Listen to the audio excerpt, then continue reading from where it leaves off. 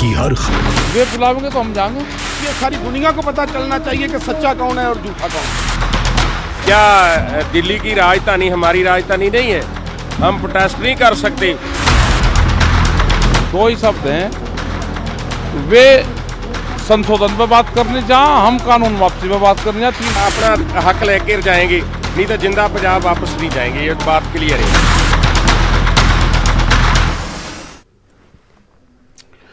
नाज़रीन आदाब, न्यूज़ 18 उर्दू में आपका इस्तकबाल है। मैं हूं मोहम्मद विसाल आजम और आप देख रहे हैं खबर खास। खबर खास में आज बात किसानों के तहरीक की। ये बात बिल्कुल जाहिर है और ये साफ तौर से आज सुप्रीम कोर्ट में भी बात ये सामने आई है कि इस जमहूरी मुल्क में किसी को भी एहतजाज करने का, अपने हक की आवाज बुलंद करने का इख्तियार हासिल है। उसे यह हक है कि वो अपने मकासद के लिए प्रोटेस्ट करे। यह जमहूरी मुल्क है, डेमोक्रेसी है। इस बात को आज वाज़ेह तौर पर सुप्रीम कोर्ट में यह बात कही गई। दरअसल किसानों के एहतजाज को लेकर और किसानों के साथ जो ये सरकार के साथ जो उनकी लगातार ये बातचीत अभी होती रही, जो अभी तक ये कहा जा सकता है कि कामयाब नहीं हुई है, उस मामले पर आज अर्जी पर समाअत हो रही थी। सुप्रीम कोर्ट ने यह कहा है, जब सरकार की तरफ से वकील ने यह कहा कि यह एहतजाज बंद होना चाहिए, इससे आम लोगों को मुश्किलात बढ़ रही है। सुप्रीम कोर्ट का कहना था कि आम लोगों को अगर मुश्किलात है तो ये इसका जायजा लिया जाना चाहिए, पुलिस को लॉ एंड ऑर्डर देखना चाहिए, लेकिन एहतजाज करने का, अपने मकासद के हक के लिए आवाज बुलंद करने का ये हक हर शहरी को हासिल है। साथ ही साथ अब यह बात भी सामने आई है कि सुप्रीम कोर्ट का मशवरा है कि इस मामले में एक कमेटी तश्कील दी जाए, क्योंकि इससे पहले जो किसानों और हुकूमत के नुमाइंदों के बीच बातचीत होती रही वो कामयाब होती नजर नहीं आ रही है। तो अब सवाल यह पैदा होता है कि इस कमेटी में कौन लोग शामिल होंगे और क्या उसमें जो किसान एक फरीक है और हुकूमत, क्या किसानों को भी उनमें शामिल लोगों से मुत्तफिक होना होगा और क्या इस कमेटी के जरिए से ही हल निकल पाएगा? इसी पर आज हमारी खास कोशिश होगी इसे जानने की। वे बुलावेंगे तो हम जाएंगे। ये सारी दुनिया को पता चलना चाहिए कि सच्चा कौन है और झूठा कौन है। क्या दिल्ली की राजधानी हमारी राजधानी नहीं है? हम प्रोटेस्ट नहीं कर सकते। दो ही शब्द हैं, वे संशोधन पे बात करने जा, हम कानून वापसी पे बात करने जा। अपना हक लेकर जाएंगे, नहीं तो जिंदा पंजाब वापस नहीं जाएंगे। ये बात क्लियर है। तो आज सुप्रीम कोर्ट में जो कुछ हुआ और इसके बाद जो कमेटी तश्कील दी जाने की बात सामने आई है, इस पर हम खास मेहमानों से बातचीत करेंगे। हमारे साथ इस बातचीत में होंगे बीजेपी के लीडर आशीष मिश्रा और किसान लीडर आलोक वर्मा, साथ ही हमारे नुमाइंदे खुर्रम शहजाद भी जुड़ेंगे। कि सबसे पहले आपको हम ये बताना चाहते हैं कि किसानों के जो लीडर्स हैं, अलग अलग तंजीमों के जो कारकुन हैं, उनका क्या कहना है इस बारे में? तो बंद पुलिस करे, बैरिकेटिंग क्या भारतीय किसान यूनियन लिख के रास्ता रोक रखा, हमने रास्ता जाम कर रखा।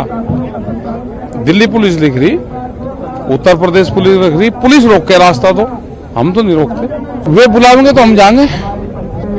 दो ही शब्द हैं, वे संशोधन पे बात करने जा, हम कानून वापसी पे बात करने जा। तीसरा शब्द आए नहीं अभी। अब कोर्ट ने यह भी कहा कि इसको निपटाने के लिए अगर तुम्हारी आपस में बात नहीं हो रही है तो एक कमेटी बनानी पड़ेगी और कमेटी के ऊपर जो है निर्धारित किया जाएगा। अब कोर्ट ने अभी तो डिसाइड नहीं किया, कमेटी उनको रिपोर्ट देगी या गवर्नमेंट को रिपोर्ट देगी, क्या करेगी अभी तो मालूम नहीं। केवल दिक्कत इतनी आ रही है कि जो ट्रैक्टर ट्रॉलियां बाहर से आ रही है उनको रोका जा रहा है, उनको नहीं रोकना चाहिए। आज उत्तर प्रदेश के अंदर योगी सरकार हर कहीं रोक रही है। खासतौर पर परसों रात को अगर मैं आपको दिखाऊं तो पीलीभीत में 3-4 हजार आदमी इकट्ठा हो गया था, जब उन्होंने कम से कम 20-25 ट्रॉलियों को रोका, गांव वाले सब इकट्ठे हो गए थे। ये गलत है। ये उसका डकौंसला है। अगर ये चाहता है हमारे साथ टेबल टॉक करना, 5 बार इसने कर लिया है, 6वीं बार भी हम बैठने को तैयार हैं। टेबल टॉक करने की तैयारी है हमारी। और मेरी बस यही प्रार्थना है कि ये जो जितनी भी टेबल टॉक होनी है ना, वो लाइव चलनी चाहिए। सारी दुनिया को पता चलना चाहिए कि सच्चा कौन है और झूठा कौन है। क्या दिल्ली की राजधानी हमारी राजधानी नहीं है? हम प्रोटेस्ट नहीं कर सकते। हमारा डेमोक्रेसी का अधिकार नहीं का सरकार के खिलाफ प्रोटेस्ट करना। जो प्रोटेस्ट है हम पीछे नहीं हटेंगे। हम जाता यहाँ से अपना हक लेकर जाएंगे, नहीं तो जिंदा पंजाब वापस नहीं जाएंगे। ये बात और उसके बाद यानी अब से कुछ देर कबल इस मामले पर किसानों की जो तंजीमें हैं उन्होंने आपस में राय मशवरा किया, बातचीत की, उसके बाद एक प्रेस कॉन्फ्रेंस की। प्रेस कॉन्फ्रेंस में किसानों ने क्या बातें कही हैं, मैं चाहूंगा कि अपने मेहमानों के पास जाने से पहले हम आपको यह भी बता दें कि सुप्रीम कोर्ट में आज जो कुछ किसानों की तहरीक को लेकर बातें हुई और किसानों के जो हुकूमत से मुतालबात हैं उनको लेकर जो सुप्रीम कोर्ट ने अपने कमेंट्स किए हैं और किस तरह से तश्कील देने की बात की है कमेटी की, उस पर किसानों ने प्रेस कॉन्फ्रेंस में क्या कहा है यह भी आपको सुनाना चाहेंगे। हुआ कि एसजीपीसी सिखों की धार्मिक जथेबंदी है, उसकी प्रेसिडेंट इतना बड़ा झूठ बोलेगी तो उसका मैसेज क्या जाएगा। श्रोमणी अकाली दल का इस आंदोलन से कुछ भी दूर नजदीक का रिश्ता नहीं, वास्ता नहीं। उसने कह दिया कि ये आंदोलन तो हमारा है, हमने किसान जथेबंदियों को आगे लगाया हुआ है। तो हम उसके बयान की निंदा तो करते हैं, इसके साथ अकाली दल से मांग करते हैं कि अकाली दल उसके खिलाफ कार्रवाई करे। दूसरी बात मांग करते हैं कि एसजीपीसी प्रेसिडेंट झूठ बोली है, इसलिए श्री अकाल तख्त साहब उसके खिलाफ कार्रवाई करें।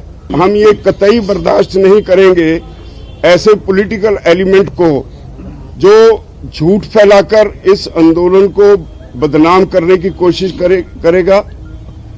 जितनी सख्त से सख्त शब्द हैं उनके साथ हम उसके बयान की तो निंदा करते ही हैं, बल्कि श्रोमणी अकाली दल को भी आगाह करते हैं कि इन फ्यूचर हम ऐसी बात कभी भी टॉलरेट नहीं करेंगे। दरअसल एक तो नहीं बल्कि कई सियासी जमातें हैं जो किसान आंदोलनों के साथ अपना रिश्ता जोड़ने की कोशिश कर रही हैं और कई जमातें ये जाहिर करने की कोशिश करें किसानों का जो आंदोलन है, जो तहरीक है, वो बिल्कुल हक है, जायज है और हम उसके साथ हैं। इस बात को लेकर साफ तौर से किसानों की तंजीमों ने एक बार फिर यह मैसेज देने की कोशिश की है कि जो किसानों की तहरीक है वो खालिसतन किसानों के अपने मसाइल और अपने मुतालबात हैं। इसमें किसी भी सियासी पार्टी को कोई भी सियासी फायदा हासिल करने का जरा भी इसमें मौका नहीं दिया जाएगा। हमारे साथ जैसे मैंने पहले बताया 3 खास मेहमान हैं। आलोक वर्मा है किसान लीडर और आशीष मिश्रा है बीजेपी लीडर हैं और खुर्रम हमारे नुमाइंदे हैं जो इस वक्त हमारे साथ सीधे किसानों का जो मुजाहरे का जो जगह है वहां से मौजूद है। मैं आप दोनों मेहमानों की इजाजत से अपने नुमाइंदे खुर्रम के पास जाना चाहूंगा। खुर्रम, आप इस वक्त किस जगह पर हैं और किस तरह की बातें अब सामने आ रही, चूंकि पिछले टेबल टॉक्स जो है वो कामयाब होते नजर नहीं आए, अब जब सुप्रीम कोर्ट ने यह कहा है कि इस पे कमेटी तश्कील दी जाए, क्या कहना है किसानों की तंजीम की तरफ से?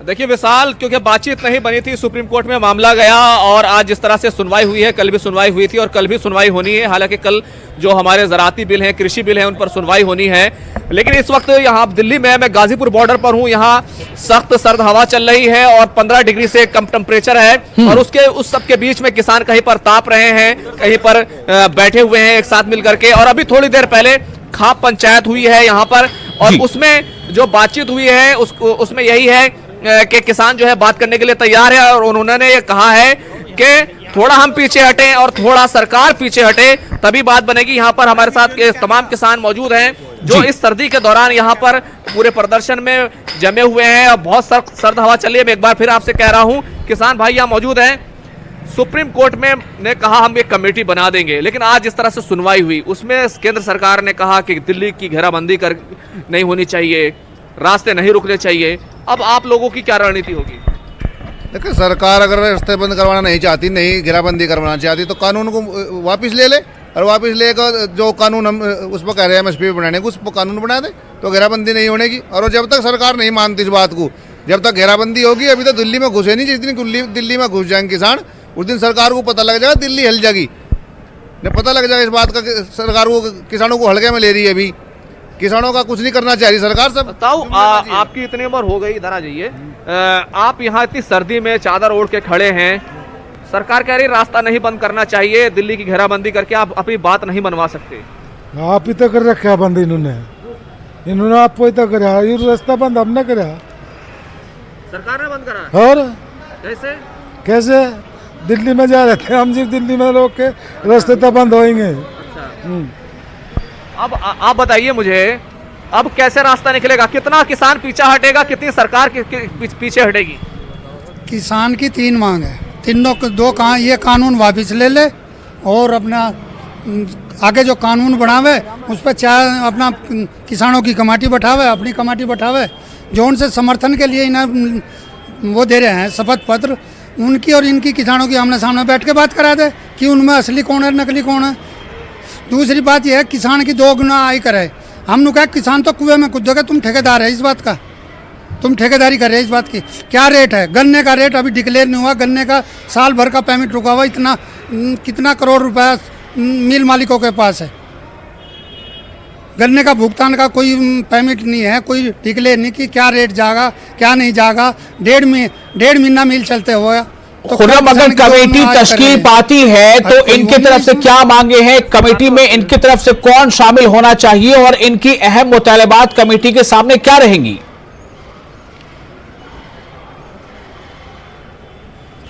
देखिए, एक अहम सवाल यह है कि आप लोग कह रहे हैं कि अपने अपने लोगों को शामिल किया जा रहा है कमेटी में, फिर आप किसको शामिल कराना चाहते हैं? ये जब 35 आदमी गए थे उसमें से कुछ घट के जो भी 17-18 आदमी गए हैं तो वे अपनी बात रखें, उधर से उन्हें बुलावे जो उनसे वे असली कह रहे कि हम शपथ पत्र दे रहे कि ये कानून ठीक है। जब कानून ठीक है तो इनकी और उनकी आमने सामने बैठ के बात कराए, अलग अलग क्यों बुला रहे हैं? भाई हमें क्या मालूम वे किसान है क्या नहीं है? कौन सा नेता जो है अब क्योंकि सुप्रीम कोर्ट एक कमेटी बनाने जा रही है, आपको सबको पता ही है, तो क्या कौन से नेता आप चाहते हैं उसमें शामिल हो जिनको शामिल नहीं किया जा रहा है? इनको शामिल नहीं किया जा रहा, नहीं शामिल तो जो हमारे यहाँ 13-14 आदमी रखे गए थे वे तो सब शामिल हैं उसमें, और वही वार्ता करेंगे। उन्हें पूर्ण अधिकार है, सबको किसानों ने अधिकार दे रखे, किसान जो उनके साथ है, जब तक वे चाहेंगे जब तक उनके लड़ाई यहाँ लड़े रहेंगे किसान, और किसान चाह रहा है कि वो कानून वापिस हो बिल्कुल किसी भी सूरत में, चाहे कि खुर्रम, क्या हमें वहां पर इस वक्त मंजर कैसा है, किस तरह से ठंड की ये शाम गुजर रही है? जरा कैमरा पर्सन से कहें कि अगर दिखा सकते हैं तो दिखा दें, फिर अपने मेहमानों के पास जाएंगे। मास्टर जी इधर आ जाओ। देखिए, बिल्कुल मैं आपको नज़ारा यहाँ का दिखा देता हूँ, थोड़ा सा आप लोग दिखाने दीजिए। देखिए, ये ठिठुरती शाम है, देखिए वहाँ पर सामने आग भी जल रही है, किसान अलग अलग जगह चाय बनाकर बैठे हुए हैं अपने उन्होंने जो रहने के लिए चीज़ें बनाई हैं यहाँ पर ट्रैक्टर ट्रॉली की, वो भी यहाँ पर बैठे हुए हैं। तो बहुत ज़्यादा चीज़ें कहना चाहिए क्योंकि सर्द हवा चल रही है और बहुत ही सरकार की तरफ से लगातार ये कहा जा रहा है हमें किसानों की चिंता है, लेकिन चिंताजनक बात यह है, तशवीश की बात यह है कि यहाँ जो सर्द हवा चल रही है इससे क्या कुछ हो सकता है, क्योंकि हमने आज देखा कि दिल्ली में जो टेम्परेचर रहा वो 4 डिग्री के करीब रहा और इस वक्त जो टेम्परेचर है वो 15 डिग्री से कम है और हवा जो है बहुत तेज चल रही है। विशाल जी, खुर्रम आप हमारे साथ बने रहे, हम फिर आपके पास वापस लौटेंगे, कुछ और किसान लीडर आपके साथ होंगे, उनसे बातचीत होगी। हमारे साथ बीजेपी के लीडर आशीष मिश्रा हैं और आलोक वर्मा जी हैं किसान लीडर। आशीष मिश्रा जी, मेरा आपसे सवाल होगा, इससे पहले सरकार के जो मिनिस्टर्स हैं उनके साथ किसान की तंजीमों के जो वफद हैं उनसे बातचीत हुई है। आज सुप्रीम कोर्ट में जिस तरह से हियरिंग हुई, सुप्रीम कोर्ट ने साफ तौर से कहा है कि जो मुजाहिरा है, प्रदर्शन है, उसका हक सबको हासिल है लोकतंत्र में, लेकिन एक कमेटी बने, अगर सीधे सीधे बातचीत में कोई फायदा नहीं हो पा रहा है तो एक कमेटी तश्कील होनी चाहिए। आप इसको किस तरह से देखते हैं कि क्या ये एक अगला कदम है मसले के हल की तरफ?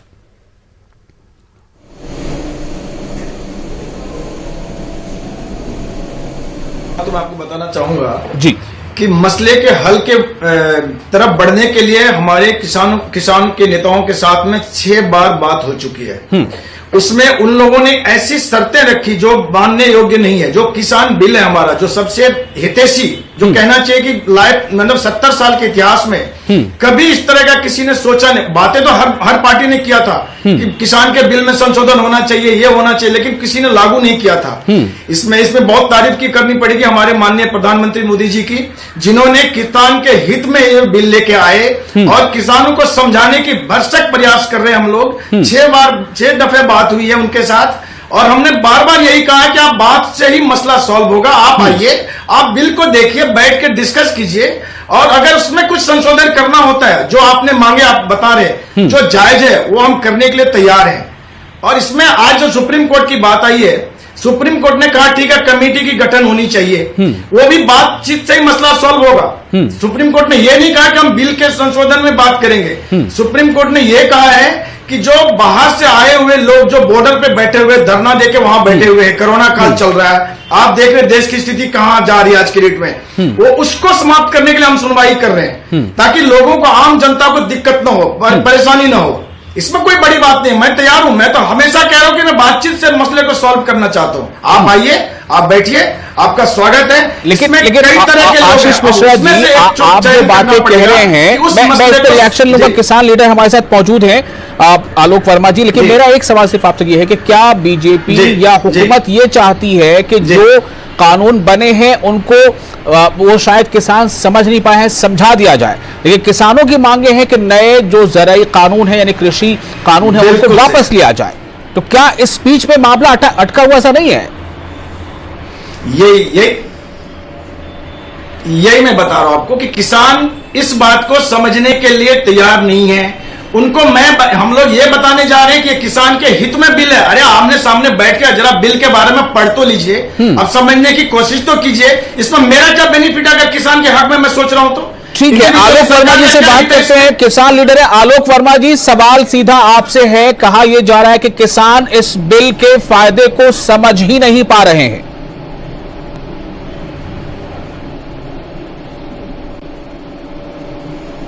आजम साहब, मैं आपको बताना चाहूंगा कि किसान इस बिल को कैसे, मिश्रा जी ने बता दिया कि किसान इस बिल को नहीं समझ पा रहा है। क्या किसान को ये पढ़ा लिखा नहीं मानते या किसान को अनुभवी नहीं मानते? ये क्यों ऐसा कह रहे हैं कि किसान बिल को समझ नहीं पा रहा है? आप ये बताओ, अगर किसान बिल को समझ नहीं पा रहा है तो इन्हीं के कृषि मंत्री और गृह मंत्री ने बिल के जो 15 पॉइंट है उसमें 12 पॉइंटों पे संशोधन की बात मानी है। तो भाई इस बिल को समझते हैं तभी तो हमने संशोधन को उसमें जो दिया प्रस्ताव, या हमारी जो उसमें मुश्किलें थी हमने उस बात को उनके सामने रखा, तभी तो संशोधन के लिए तैयार हुए। तो ये तो कहना गलत होगा कि किसान इस बिल को समझ नहीं पा रहा है। और समझाने की रही बात, जिस दिन से ये बिल आया है इनके केंद्रीय मंत्री, अब तो ये 600-700 वो गांव में पंचायतें भी करेंगे, तो समझाने का ही तो काम कर रहे हैं। जब वो बिल समझने योग्य है ही नहीं आजम साहब, तो उसको क्या समझा जाए? जब वो समझने योग्य नहीं, 15 में से 12 पॉइंट उसके खराब है, जिसपे संशोधन करेगी सरकार, कह रही कि हम संशोधन कर देंगे। हमारा कहना है कि आप संशोधन नहीं, आप इस कानून को वापस ले लो और किसानों की आय अगर आपको वाकई में दोगुनी करनी है तो आप किसानों के साथ बैठ करके दोबारा बिल लेके आइए। आजम साहब, आप ये बताइए, उस देश में जहां किसानों की आय दोगुनी करने के लिए बिल बनाया जाता है, आशीष मिश्रा जी हैं, बता दे कि कौन से किसान को या किस किसान के संगठन को इन्होंने बैठा करके राय मशवरा लेके इस बिल को तैयार किया? नहीं तैयार किया गया ना। अब बाद में आप उसको समझाने का काम कर रहे हो। आशीष मिश्रा जी इसका जवाब देंगे, मैं थोड़ा जवाब ले लेता हूं आशीष मिश्रा जी से। आशीष मिश्रा जी से जवाब ले लेता हूं जी। बॉस, मैं ये बताना चाहूँ, आलोक जी आपसे बात करना चाह रहा हूँ। आलोक जी को ये बताइए, बिल लोकसभा और राज्यसभा से पास हुआ है, पहले लोकसभा में फिर राज्यसभा में। अब जनता के द्वारा चुने हुए प्रतिनिधि अगर उस बिल को पास कर रहे हैं तो ये इस सबके हित में है। और ये इस चीज को ये कैसे नकार सकते हैं कि किसानों से बात नहीं हुई, ये बिल लाने से पहले रायशुमारी नहीं करी गई? तो इस तरह के बिल में रायशुमारी टाइप की कुछ बात होती नहीं है। ये होती है कि जो जनता ने चुन के भेजा आपको, आप किसके हक में बात लेकिन जनता ने, मैं जरा से एक पर टुकड़ा चाहूंगा यहां पे कि जनता ने उन्हें भी चुना है जो अपोजिशन में है। उनका यह कहना है कि किसान बिल पर उसे पास करने से पहले खातिर ख्वाह उस पर बहस नहीं हुई, लोकतंत्र में उस पर यानी पार्लियामेंट के अंदर उस पर कोई चर्चा नहीं हुई, आनन फानन उसे पास कर दिया गया। यही तो लोग शुरू से कह रहे हैं। नहीं, बिल्कुल नहीं, बिल्कुल नहीं, बिल्कुल नहीं। पहले लोकसभा में पास हुआ है, फिर राज्यसभा में पास हुआ है। राज्यसभा की, और आपने उस दिन का देखा होगा, रिकॉर्डिंग चला के देख लीजिए किस तरीके से लोगों ने विरोध किया, माइक तोड़ा गया, सभापति को चेयर पे वहां हाथापाई की गई। इस तरह का लोग, इस तरह से सांसद चुन के आते हैं हमारे उसमें जी। तो आलोक वर्मा जी, आप को समझ क्यों नहीं आ पा रही है, या आप समझ रहे हैं लेकिन आप सरकार को नहीं समझा पा रहे हैं कि इसके फायदे हमारे लिए कैसे नुकसानदेह हैं? मैं आपके पास फिर से लौटूंगा, लेकिन मैं एक बार फिर से रुक करूंगा खुर्रम का। खुर्रम, आपके साथ अगर कुछ किसान वहां पे प्रतिनिधि मौजूद हैं या उनके नुमाइंदे, उनसे ये पूछिए कि बीजेपी के लीडर्स हैं, वो बार बार ये कह रहे हैं कि सरकार की पूरी कोशिश है कि किसानों के फायदे इसमें हैं, इसे समझाया जा सके। क्या वो लोग इसे पूरी तरह से समझे नहीं, पढ़े नहीं और उन्होंने आंदोलन का रास्ता अख्तियार कर लिया?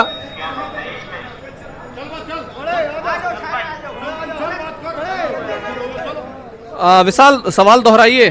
खुरम, सवाल सीधा ये है कि जो बीजेपी के मेहमान हमारे साथ मौजूद हैं, उनका कहना है कि लगातार कोशिशें हो रही हैं सरकार की तरफ से कि किसानों को इसके फायदे गिनाए जाएं। शायद किसानों ने इसे ठीक से पढ़ा या समझा ही नहीं है और वो आंदोलन पर उतर आए हैं।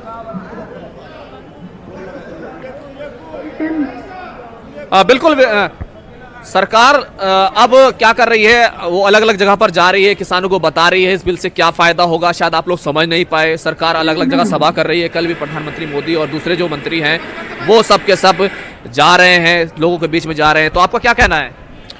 हम तो पता नहीं जी कहाँ जा रहे हैं लोगों के बीच में, वे जहाँ भी जा रहे थे सानू बताओ हमारे पास हमें इतनू समर्थन कर दिया किसानों ने, इतनू ने करया नहीं, वह बात झूठ है। जिन्होंने समर्थन नहीं करया वे तो है मारे, और जो सुना समर्थन कर दिया वे किसान ही नहीं, वे उनके ही हैं कूतरू पुतरू से, उन्होंने अपने आप ही बाड़े बूढ़े। सरकार ये कह रही है कि आप लोग समझ नहीं पाए और हम समझाने की कोशिश कर रहे हैं। मैं आपसे पूछना चाहता हूँ, आप एक किसान हो? आप एक किसान हो या नहीं? आप बताओ पहले। किसान के बेटे? आप भी किसान के बेटे हो? नहीं, पिछले 3 साल से मैं एक पैसा लिख के देखा है, लेकिन 2 लाख के कर्जे से अभी से निकल नहीं पा रहा हूँ मैं। क्या स्थिति है? क्योंकि हमारी फसल का तुरंत पैसा नहीं मिलता। इसी को तो सही करना है। 2 साल बाद कोई तरीका ही नहीं है सरकार का। सरकार इसलिए बनाई थी अच्छा काम करेगी, अच्छा विकास करेगी, सबके साथ चलेंगे, सबका विकास करेंगे। कहाँ है वो विकास, बताइए आप। अच्छा भाई साहब, सरकार लगातार ये कह रही है कि किसान समझ नहीं पाए, हम समझाएंगे। अलग अलग जगह जा रहे हैं, मंत्री जा रहे हैं, दूसरे लोग सभा कर रहे हैं। सरकार कहाँ समझाना चाह रही है? सरकार किसानों की बात माने तभी तो सरकार समझा पाएगी। जब किसानों की बात नहीं मानने, वो अपनी ही बात पे अड़ेंगे तो कैसे काम चलेगा? किसानों की बात माननी चाहिए सरकार को। किसान अन्नदाता है, किसान सब कुछ चलाता, पूरा देश ही किसान चलाता, ऐसे कैसे बात बन पाएगी? सरकार जो ये कह रही है कि इससे बहुत फायदा होगा, इससे किसानों की आय डबल हो जाएगी। कहाँ तक कर देंगे आय डबल? ये के जाने आय डबल करने की बहत हो क्यों आई मारी, वो लग रहे खोसन नहीं हो। सुनो तो जी, जैसा ये नु कहा कि ये फायदा है, एक बात बताओ, 100 मत है 99 आदमी ये कह रहे कि इस ट्रैक्टर को उठाएगा पर फेंक दो, सही हो जाएगा तो फेंक दो। यूं ही हमारा नियम कानून हुई है, हमें मानना नहीं तो मानना नहीं। सरकार क्यों नहीं मानती इस बात पे? क्यों जिद लगा रही? हमें तो टोटा होगा, हम तो टोटा खावेंगे। फसल की जितनी आवश्यकता हमें, अगर उससे ज्यादा ना कमाए कहाँ से खाओगे ये बताइए आप। लेकिन इसके पास जब उगाने के लिए पैसा नहीं होगा, मंडी तक ये पहुंच ही नहीं पाता, क्या कमाएगा? ये मंडी तक पहुंच ही नहीं पाता तो क्या कमाएगा, ये एक अहम सवाल है। हालांकि बात ये आ रही है कि अब मंडी जो है वो, उस पर जो पाबंदी थी कि आप किसी एक मंडी में या कहीं एक ही जगह बेच सकते हैं, जबकि यहां पर अब खुले तौर पे इजाजत है कि आप अपना जो प्रोडक्ट वो कहीं भी बेच सकते हैं। आलोक वर्मा जी, सवाल इस बात को लेकर है कि बहुत सारी ऐसी बातें हैं जो अभी आशीष मिश्रा जी भी कह रहे हैं कि हम उन्हें बताएंगे। मैं ये जानना चाहता हूं आलोक वर्मा जी कि मुख्य तौर पर, खास तौर पर क्या क्या दिक्कतें हैं, आप मुझे अगर जल्दी से गिना दे तो मैं अभी के अभी आशीष मिश्रा जी से उसका जवाब ले लेता हूं। आलोक वर्मा जी। देखो आजम साहब, मैं आपको बताऊं, ये 3 कृषि बिल जो आए हैं, आशीष मिश्रा जी बैठे हैं। सबसे पहले मैं आपके माध्यम से आशीष मिश्रा जी से पूछना चाहता हूं कि अगर ये कह रहे हैं कि हम ये बिल किसान की आय दोगुनी करने के लिए, उनकी स्थिति में सुधार करने के लिए ला रहे हैं, तो आज आपके चैनल पे मिश्रा जी ये बता दें कि ये बिल आने के बाद कितने किसानों को एमएसपी का लाभ मिला, जबकि इसके पहले तो आपको भी पता है 6 से 8% किसानों को एमएसपी का लाभ मिलता था। ये बता दें कि आज 50% किसान एमएसपी पे लाभ पा रहे हैं। हम इस बिल का स्वागत करेंगे। और ये हमें बता दें कि किस राज्य में और कहां पर और किस फसल का एमएसपी से ज्यादा दाम मिल रहा है, वो जगह बता दो, वो किसान का नाम बता दो। देखो एक चीज मैं बताऊं, ये बिल जो है कुल मिलाके किसानों के लिए डेथ वारंट है। आप देख लीजिए, आवश्यक वस्तु अधिनियम में जैसे इन्होंने संशोधन किया, खाने पीने की चीजों की कीमत कहां पहुंच गई, क्या वो किसान को मिल पा रही? नहीं मिल पा रही है। इन्होंने किसान की फसल और मंडियों की जो व्यवस्था कर दी, एक तरफ मोदी जी कहते हैं 1 नेशन 1 मार्केट, दूसरी तरफ हमको कह रहे हैं कि मंडी में बेच दो चाहे प्राइवेट बेच दो। भाई मंडी में बेचोगे टैक्स लगेगा, बाहर बेचोगे टैक्स नहीं लगेगा। हम कह रहे हैं मंडियां खत्म हो जाएंगी, इसलिए खत्म हो जाएंगी क्योंकि भाई जो कोई आदमी टैक्स नहीं देना चाहेगा, हर आदमी प्राइवेट प्लेयर के पास जाएगा। तो जब प्राइवेट के पास जाएगा तो आज नहीं 2-3 साल में मंडी खत्म हो जाएगी। 1868 का उत्तर प्रदेश में धान आज 800-900 रुपए में बिक रहा है। हम कह रहे हैं आप एमएसपी को गारंटीड कर दो, चाहे व्यापारी खरीद ले, चाहे मंडी में खरीद ले, चाहे जो आड़ती खरीद ले, हर किसान को 1868 धान का कीमत मिले। गन्ने का ये कह रहे हैं कि 2022 तक आज दोगुनी करेंगे। उत्तर प्रदेश की सरकार ने गन्ने का 3 साल में 1 रुपया बढ़ाया नहीं। डीजल के दाम कई बार बढ़ा दिए, बिजली के दाम 2 बार बढ़ा दिए। भाई कहां से कर दोगे आप दोगुनी आय, बताओ। ठीक है, मैं इसका जवाब लेता हूं आशीष मिश्रा जी से। आशीष मिश्रा जी, दोगुनी आय कैसे हो जाएगी? अभी आपने सुना जो आलोक वर्मा को इस पर एतराज है और तमाम किसानों को जो प्रोटेस्ट कर रहे हैं।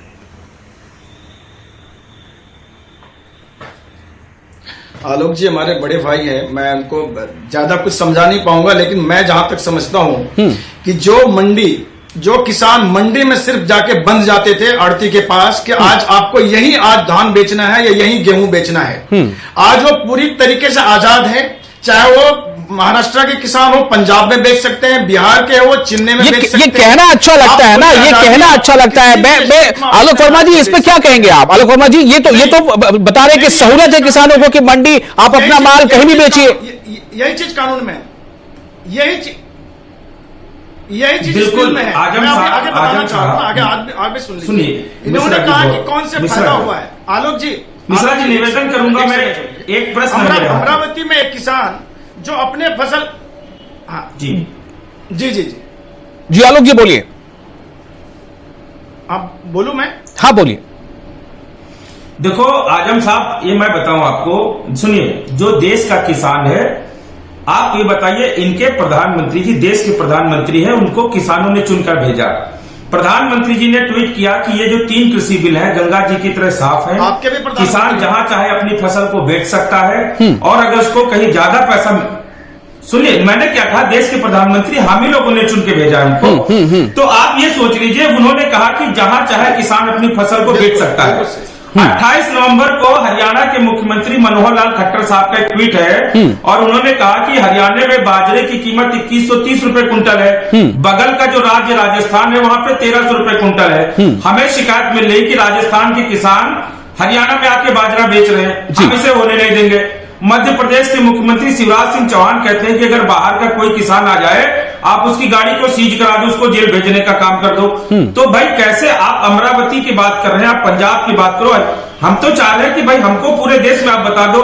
और आजम साहब, मैं आपको बताऊं कि पूरे देश भर में 86% छोटी जोत का किसान है, और छोटी जोत के किसान को, चलिए, मुझे लगता नहीं कि यहां पर इस बातचीत में इसका हल निकले, लेकिन ये जरूर है कि ये कहना थोड़ा आसान है कि आप अपना माल, यानी किसान अपना माल जहां चाहे बेचे, लेकिन आप जहां जाना चाहते हैं वहां क्या दुश्वारियां हैं और क्या दूर जाने के लिए उस पर भी कोई समर्थन मिलेगा, कोई मदद मिलेगी, या अपने खर्चे से ही जाना है। बहुत सारी दिक्कतें हैं। बहरहाल मुझे लगता है कि शायद एक कमेटी तश्कील देने की जो बात है, देखते आगे क्या होता है। बहुत शुक्रिया आप तमाम लोगों का हमारे साथ बनने के लिए। मुझे दीजिए इजाजत। आदाब।